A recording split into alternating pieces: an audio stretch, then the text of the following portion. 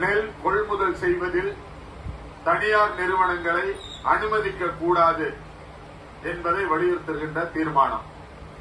விவசாயிகள் உற்பத்தி செய்யும் நெல்லை உரிய விதத்தில் கொள்முதல் செய்யவோ, கொள்முதல் செய்ததை தானிய கிடங்குகளில் முறையாக சேமித்து வைப்பதற்கு தேவையான நல்ல கட்டமைப்பை இதுவரை இந்த வெற்று விளம்பர மாடல் திமுக அரசு ஏற்படுத்தவே இல்லை.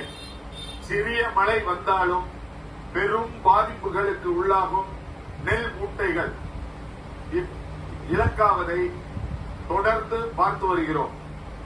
இதற்கிடையில் தேசிய நுகர்வோர் கூட்டுறவு இணையம் national cooperative consumers federation of India private limited என்னும் பெயரில் தனியார்கள் நெல் கொள்முதலுக்கு புகுத்துவது, அதன் மூலம் விவசாயிகளின் வாழ்வாதாரத்தை ஒரு சிலர் தீர்மானிக்கும்படி கேள்விக்குறியாக்குவது போன்ற மோசமான முன்னெடுப்புகளை எடுத்து வரும் இந்த அரசு மேற்கொண்டு வருகிறது.